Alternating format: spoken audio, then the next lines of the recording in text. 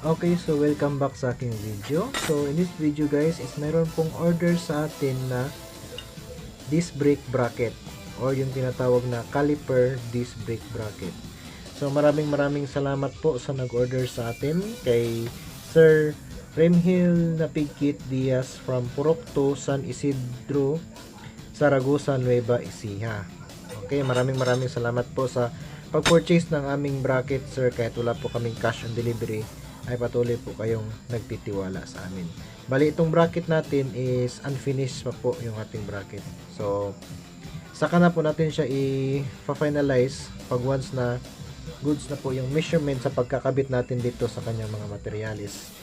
So, dito lang po kayo makakakita ng bracket na binibenta na tinitesting bago siniship out. Tendency kasi kapag di natin siya i-video, i-testing tapos i-ship out natin agad without testing, may tendency na hindi siya fit yung ating bracket na may papadala. So dito lang po kayo makakita sa amin na nagvi-video testing bago po pinapadala ang bracket. Okay. So yung gagamitin na hub ng ating customer ay Mio hub. Ito po. So Mio hub po yung gagamitin niya. And then yung telescopic niya nagagamitin is stock telescopic ng Badja City 100. Ayan po. Then yung gagamitin niyang caliper is pang wave 125. Ayan po. O yung tinatawag nating Formula 8.1. So isa lang po sila ng bracket ng Formula 8.1. Ayan po.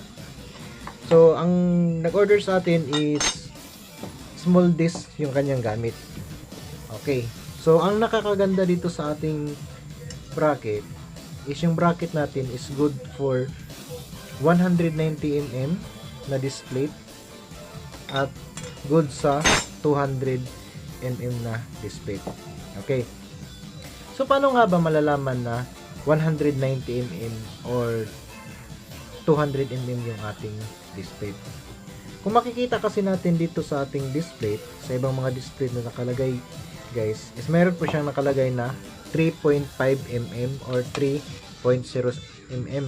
So, ibig sabihin po, yung 3.5 or yung 3.00mm is yan po ang thickness, yung kapal ng inyong display. Yung 3.5mm na nakalagay is di po yun ang sukat niya. Yun po ang sukat ng thickness dito. Okay. So, titingnan natin kung paano ba malalaman kung 190mm or 200mm. So, kailangan natin ng steel tape. Okay. So, sa pagsukat nito, focus natin yung camera. Ayan po. Sa pagsukat nito guys, is meron pong nakalagay na from 3, 4, 5. Pag 10, ibig sabihin 110. Pag nasa 10, ayan po. Ayan, 110. Pag umabot naman sa 20, ibig sabihin nasa 200 mm or 20, 21, 22 to 20 mm. Dagdag lang tayo ng 0. Okay, so itong display na to, susukatin natin siya. Ayan. Sa pinakadulo. So, ganyan siya guys. Ayan, from dulo to dulo. So, nasa 19 po siya. Ayan po. Focus natin yung camera.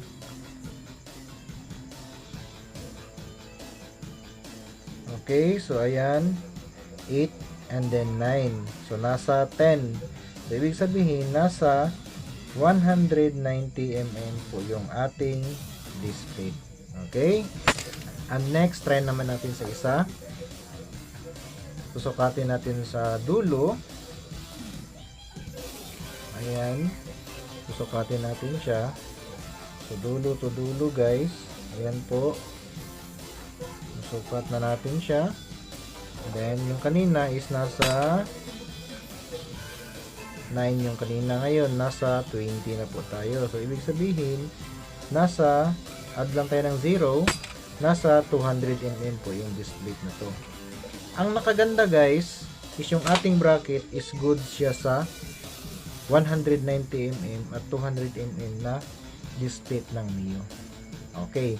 Then next is itatry na po natin yung ating bracket kung fit nga ba po siya sa mga disc na sinasabi ko. Okay, so ito na yung ating 200mm na disc split ng Mio. Then yung bracket natin, saka yung WIB 125 na caliper din, stock telescopic ng Badja City 100. Ayan po. So kung titignan natin, free wheel po siya. Ayan. Titignan natin yung sa bandang ilalim. Yung dyan na side guys. Ito na side. Ayan po. So kung titignan nyo, ayan, di po siya sumasabit yung ating disc dito banda. Ayan. And then sa bandang ilalim naman dito na side, ayan po. Yung disc po natin is di po siya sumasayad dito. And then yung disc na to, di din sumasayad sa bandang dulo ng ating caliper. Which means to say, yung ating bracket is goods na goods at swak na swak sa 200mm. Ngayon, try naman natin yung ating 190mm. Okay, so ito na ngayon yung ating 190mm na disc split ng Mio. So, titingnan po natin yung kanyang measurement, yung sukat sa bandang ilalim kung may sayad nga ba. So, kung nakikita nyo guys, wala pong sayad yung 190mm dito sa ating bracket at fit na fit pa rin siya. Gumagana pa rin yung disc brake. Ayan po.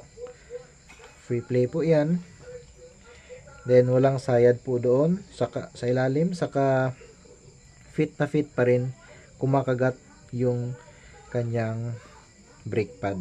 Ayan po. So, ayan. Nakita nyo na po na goods na po yung ating bracket. Then next nito is ipi-plane po natin itong bracket natin. Pipinturahan at ipapadala po natin siya sa JNT. So JNT na po ang magpapadala nito. And then shout out sa ating buyer na kay Sir Ramhill Mapikit Diaz. Maraming salamat sa pag-purchaser. At yung order mo is door-to-door delivery po. Kahit wala kaming cash on delivery, ay nagtitiwala pa rin kayo sa amin. So, that's for today's video guys. And I hope marami pa kayong papanooring mga video ko. Maraming salamat and good night.